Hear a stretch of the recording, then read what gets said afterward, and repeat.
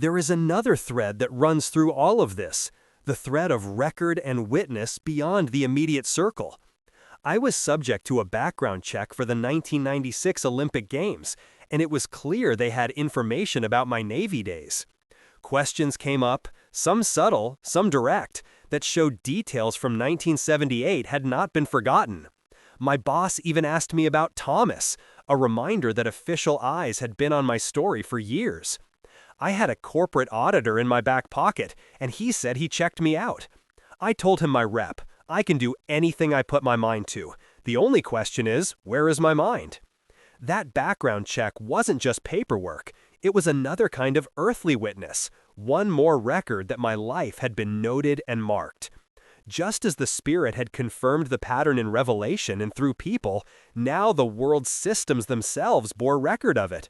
Heaven had its testimony. Earth had its files. And I knew then that my story was no longer hidden. It was written, witnessed, and woven into history, a living record that what God begins, He preserves, and what He preserves, He will fulfill. When the Olympic Games began, I could feel the weight of years pressing forward into one moment. Everything I had learned, in kitchens, in prayer rooms, in visions, was converging into purpose. The sheer scale was staggering.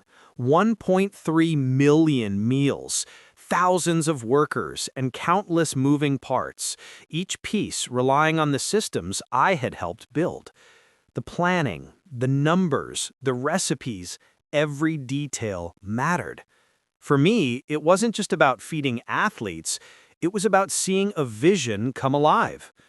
I remembered the prophecy from years before, quit your job, sell everything, trust me. Now I stood at the culmination of that obedience.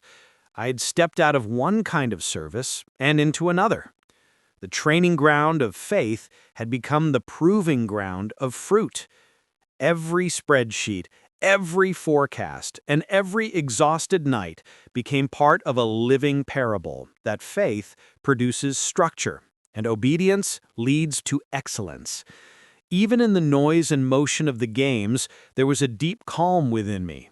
The same Spirit that spoke in the quiet of Mount Hope and the stillness of my Navy bunk was present now in the roar of the world's attention. There was a rhythm to it all. The hum of the kitchens, the movement of teams, the pulse of nations gathered in one place, and I could feel God's timing in every heartbeat.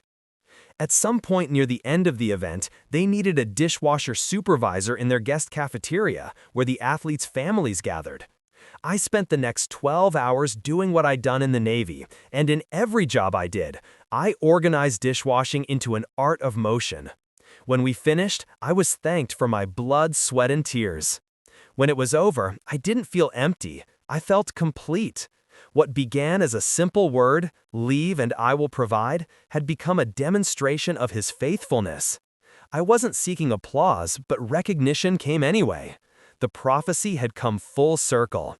The same God who taught me to walk in faith in the Navy, who confirmed my calling at Mount Hope, who tested my obedience through unemployment, now showed me that His favor reaches as far as His promise. Obedience brought favor. Faith brought fruit. And I realized then that fulfillment wasn't the end, it was the beginning of something eternal. The kingdom had moved from revelation to record, from hidden to seen.